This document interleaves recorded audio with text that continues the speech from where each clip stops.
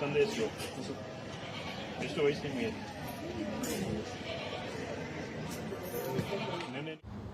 ಇಡೀ ನಗರವನ್ನೇ ಬೆಚ್ಚಿ ಬೀಳಿಸಿದ್ದ ಜೋಡಿ ಕೊಲೆ ಪ್ರಕರಣಕ್ಕೆ ಸಂಬಂಧಿಸಿದಂತೆ ತನಿಖೆಯನ್ನು ಚುರುಕುಗೊಳಿಸಿರುವ ಚಿಂತಾಮಣಿ ನಗರ ಠಾಣೆಯ ಪೊಲೀಸರು ಇಂದು ಮಧ್ಯಾಹ್ನ ಪ್ರಮುಖ ಆರೋಪಿ ಕೋಲಾರದ ಗಲ್ಪೇಟೆಯ ನಿವಾಸಿ ಏಜಾಜ್ ರವರನ್ನ ಪೊಲೀಸ್ ಬಿಗಿ ಭದ್ರತೆಯಲ್ಲಿ ಘಟನಾ ಸ್ಥಳವಾದ ನಗರದ ಜೆಜೆ ಕಾಲೋನಿಯ ಬಳಿಗೆ ಕರೆತಂದು ಮಹಜರು ಪ್ರಕ್ರಿಯೆ ನಡೆಸಿದರು.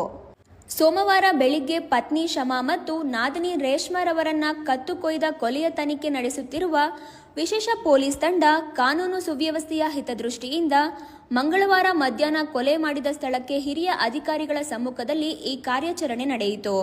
ಮಹಜರು ವೇಳೆ ಆರೋಪಿಯು ತಾನು ಹೇಗೆ ಮನೆಗೆ ಬಂದೆ, ಮೊದಲು ಯಾರ ಮೇಲೆ ಹಲ್ಲೆ ನಡೆಸಿದೆ ಮತ್ತು ಕೊಲೆಗೆ ಬಳಸಿದ ಮಾರಕಾಸ್ತ್ರಗಳನ್ನು ಎಲ್ಲಿ ಬಚ್ಚಿಟ್ಟಿದ್ದೆ ಎಂಬ ಇಂಚಿಂಚು ಮಾಹಿತಿಯನ್ನ ಪೊಲೀಸರ ಮುಂದೆ ಪ್ರತ್ಯಕ್ಷವಾಗಿ ವಿವರಿಸಿದ್ದಾನೆ. ಕೃತ್ಯ ನಡೆದ ಮನೆಯ ಮಲಗುವ ಕೋಣೆ ಹಾಗೂ ಆರೋಪಿ ತಪ್ಪಿಸಿಕೊಳ್ಳಲು ಬಳಸಿದ ಬಾಗಿಲಿನ ಮಾರ್ಗಗಳನ್ನೆಲ್ಲ ಪೊಲೀಸರು ಕೂಲಂಕುಷವಾಗಿ ಪರಿಶೀಲಿಸಿ ವಿಡಿಯೋ ಮತ್ತು ಫೋಟೋ ಚಿತ್ರೀಕರಣ ಮಾಡಿಕೊಂಡಿದ್ದಾರೆ.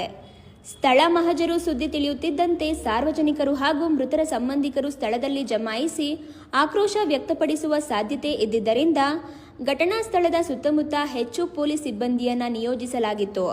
ಮಹಜರು ನಡೆಯುವವರೆಗೂ ಸಾರ್ವಜನಿಕರ ಪ್ರವೇಶವನ್ನ ತಾತ್ಕಾಲಿಕವಾಗಿ ನಿರ್ಬಂಧಿಸಲಾಗಿತ್ತು. ಮಹಜರು ಪ್ರಕ್ರಿಯೆಯ ವೇಳೆ ಕೊಲೆಗೆ ಬಳಸಲಾಗಿದ್ದ ರಕ್ತಸಿಕ್ತ ಚಾಕು ಹಾಗೂ ಆರೋಪಿ ಕೃತ್ಯದ ದಿನ ಧರಿಸಿದ್ದ ರಕ್ತದ ಕಲೆಗಳಿದ್ದ ಬಟ್ಟೆಗಳನ್ನು ಪೊಲೀಸರು ಮಹಜರು ಸಾಕ್ಷಿಗಳ ಸಮ್ಮುಖದಲ್ಲಿ ವಶಪಡಿಸಿಕೊಂಡಿದ್ದಾರೆ.